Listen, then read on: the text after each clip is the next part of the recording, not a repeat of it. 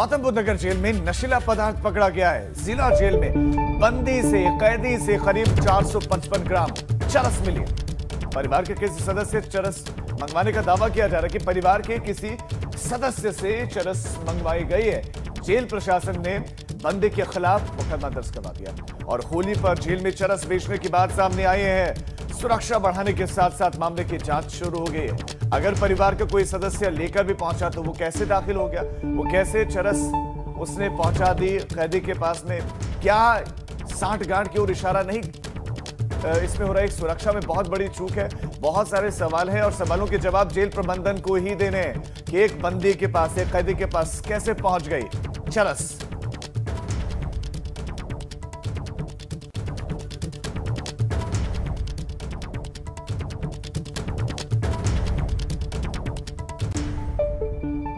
श्री आनंद कुमार साहब के निर्देश पर कारागार में होली के त्यौहार को देखते हुए बंदियों के लिए जमा किए गए सामान की विशेष तलाशी कराई जा रही थी, जिसमें एक बंदी मनीष कुमार द्वारा दूसरे बंदी अनिल कुमार के नाम से मंगाए गए सामान, नमकीन इत्यादि की थैली में चरस बरामद हुई, जिस संदर्भ में कानूनी कार्रवाई करते हुए एफआईआर दर्ज कराने के लिए संबंधित थाना इकोटेक को पत्र प्रेषित कर दिया गया है। एफआईआर दर्ज कराने की कार्रवाई की जा रही है। बरामद माल को सील मोहर करके पुलिस की सुपुर्दगी में दे दिया गया है। तो नमकीन जो जेल में मंगवाई गई उसमें चरस छुपाई गई और सुरक्षा बढ़ाने के साथ साथ अब इस मामले की जांच शुरू कर दी गई है। आपने पुलिस अधिकारी को सुना, जेल अधिकारी को सुना आपने। गौतम बुद्ध नगर में यह हुआ। जिला जेल में बंदी से करीब 455 ग्राम चरस बरामद की गई। देखिए कैसे नमकीन में छुपा कर रखी गई। होली पर जेल में चरस बेचने की बात सामने आई है।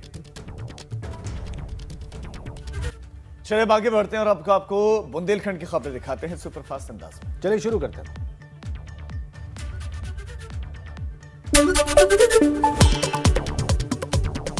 महोबा में कोचिंग से घर लौट रही छात्रा को डंपर ने रौंद डाला। अस्पताल ले जा रहे छात्रा की रास्ते में ही मौत हो गई। शहर कोतवाली इलाके के चरखारी रोड पर यह हादसा हुआ।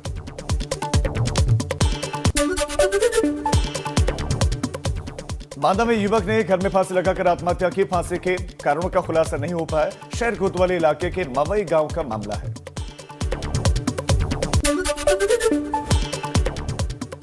झांसी में हवा भरने के दौरान हादसा हो गया। हवा भरते वक्त कंप्रेसर फटने से 65 साल का व्यक्ति गंभीर रूप से घायल हुआ। प्रेमनगर थाना इलाके का यह पूरा मामला है।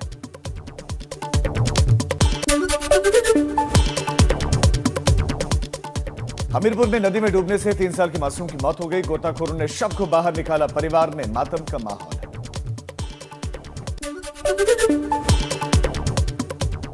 ललितपुर के तालबेहट में कोलतार के ड्रमों में आग लगने से हड़कंप मच गया। पीडब्ल्यूडी कर्मचारियों की लापरवाही के चलते लगी आग। रोड मरम्मत के दौरान हुआ हादसा।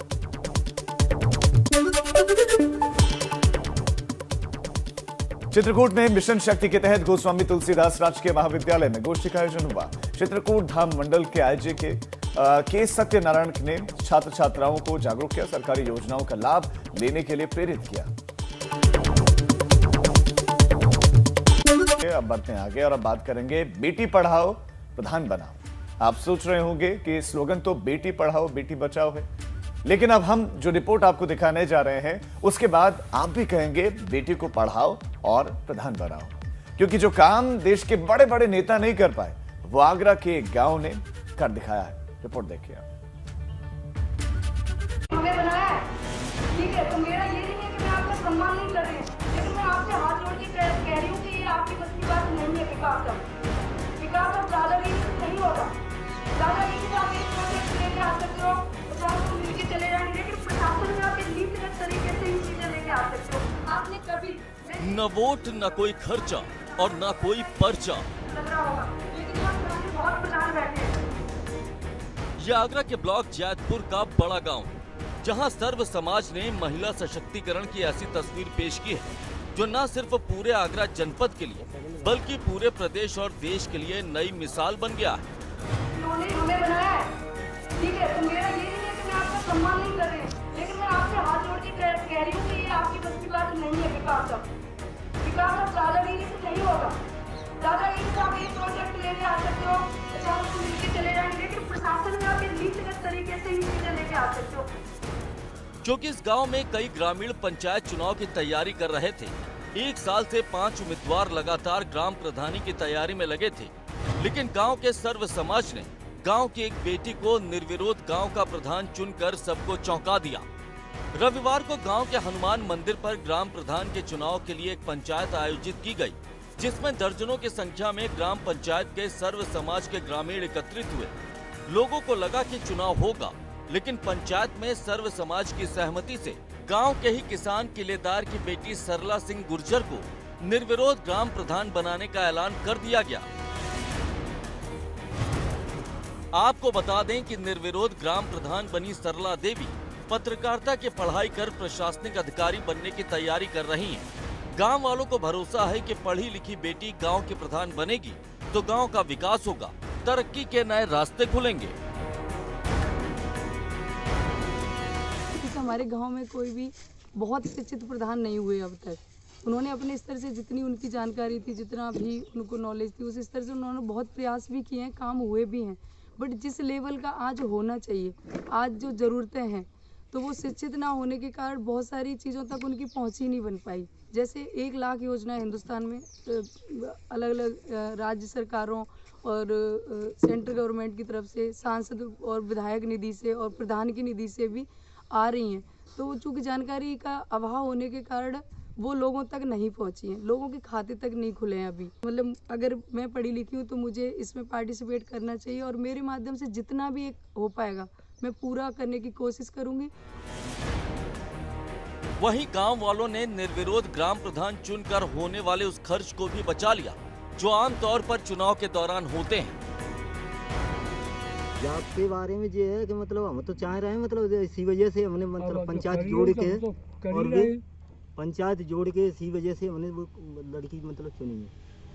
और जो खर्चा होगा तो वो खर्चा गवर्नमेंट हमको दे, मतलब तो हम अपनी ग्राम समाज में लगाएं और उससे मतलब कोई वो उन्नति करें। लेकिन सवाल सिर्फ इतना नहीं है कि एक गांव ने एक लड़की को निर्विरोध प्रधान चुन लिया। सवाल इससे कहीं ज्यादा बड़ा है, क्योंकि ये उस दौर में हुआ जब संसद में महिला आरक्षण का बिल 2010 से लटका पड़ा है। और उससे भी बड़ी बात यह है कि जो इच्छा शक्ति देश के बड़े बड़े नेता नहीं दिखा पाए, वो आगरा के एक गांव में ग्रामीणों ने अपनी बेटी को आगे बढ़ाकर दिखा दिया। सच यही है कि महिलाओं को आगे बढ़ाना है तो ये सिर्फ कहने से नहीं चलेगा। अगर सच में महिलाओं को सशक्त बनाना है और आगे बढ़ाना है तो आगरा के जैतपुर के बड़े गाँव के लोगों जैसी इच्छा शक्ति दिखानी होगी। Bureau report, ABP Ganga. कह रही हूँ कि ये आपकी बस की बात नहीं है।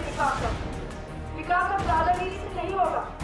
दादागिरी से आप एक प्रोजेक्ट लेके आ सकते हो, 50 लोग मिलकर चले जाएंगे, लेकिन प्रशासन में आप एक नीतिगत तरीके से ही चीजें लेके आ सकते हो। आपने खबरें देखी होंगी विरोध की, महिलाओं की या बेटियों के आगे बढ़ने के विरोध की खबर आपने देखी होगी, लेकिन यहाँ पर निर्विरोध ग्राम प्रधान बनी है ये बेटी और ये निश्चित रूप से सकारात्मक बात। बिल्कुल एक अच्छी बात है। और अब आगे बढ़ते हैं, पश्चिमी उत्तर प्रदेश की हर खबर आपको सुपरफास्ट अंदाज में दिखाते हैं। चलिए शुरू करते हैं। आगरा में रिफाइन से भरा ट्रक बेकाबू होकर सड़क के किनारे खाई में गिर गया। खाई में ट्रक गिरने से फैली कच्ची रिफाइन, आसपास के लोग रिफाइन भरकर ले जाने में लगे।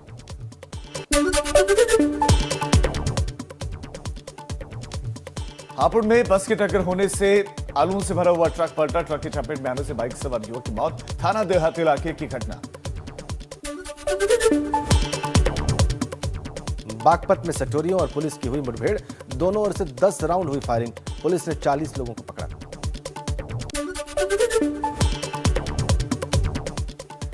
प्रदेश में सरकारी जमीनों पर अतिक्रमण और कब्जे के खिलाफ प्रशासन का अभियान जारी।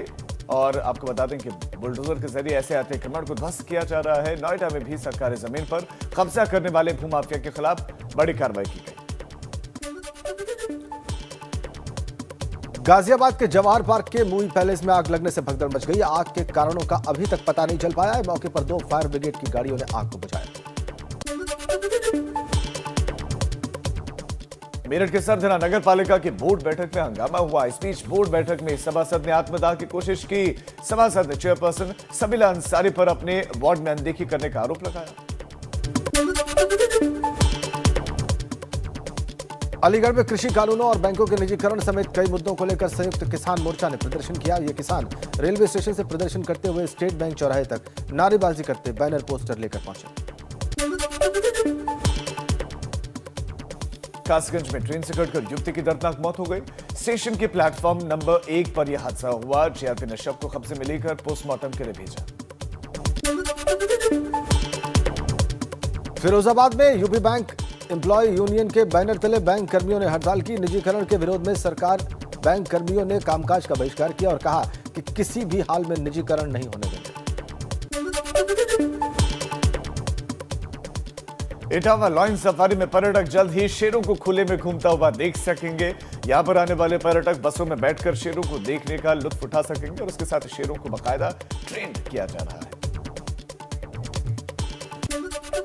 आगे बढ़ते हैं और उत्तराखंड की हर खबर सुपरफास्ट अंदाज में आपको दिखाते हैं। देहरादून में सीएम तीरथ ने वन अग्नि प्रबंधन की तैयारियों को लेकर समीक्षा की और सभी जिलाधिकारियों से फीडबैक लिया। इसकी मुख्यमंत्री ने ट्वीट करके जानकारी दी। रुड़की में राज्यपाल बेबी रानी मौर्य ने महिला सशक्तिकरण कार्यक्रम में शिरकत की। इस दौरान उन्होंने विभिन्न क्षेत्रों से जुड़ी महिलाओं से बातचीत की और महिलाएं कैसे एक दूसरे की मदद कर सकती हैं, इस पर राज्यपाल ने महिलाओं से चर्चा की। बढ़ते संक्रमण को लेकर हरिद्वार कुंभ को लेकर प्रशासन ने गाइडलाइंस जारी की हैं। आगामी शाही स्नान को लेकर प्रशासन ने साफ किया है कि श्रद्धालुओं को मास्क पहनना जरूरी होगा। रुड़की में ड्रग विभाग और विजिलेंस टीम ने प्रतिबंधित नशीली दवाइयों की सूचना पर छापेमारी की, जहां से बड़ी मात्रा में नशीली इंजेक्शंस बरामद हुए। मौके से 2 आरोपियों को पकड़ा गया। बड़कोट में गर्मी आते ही जंगलों में आग का प्रकोप है। कई वन प्रभाग के अलग अलग बीट्स में जगह जगह आग का तांडव दिखाई दे रहा है। इस आग की वजह से वन संपदा को भी भारी नुकसान पहुंचा है। पिथौरागढ़ के सरस्वती विहार इलाके में पिछले कई दिनों से पानी की किल्लत है। इसी से गुस्साए लोगों ने खाली बर्तन लेकर जल संस्थान के खिलाफ प्रदर्शन किया है।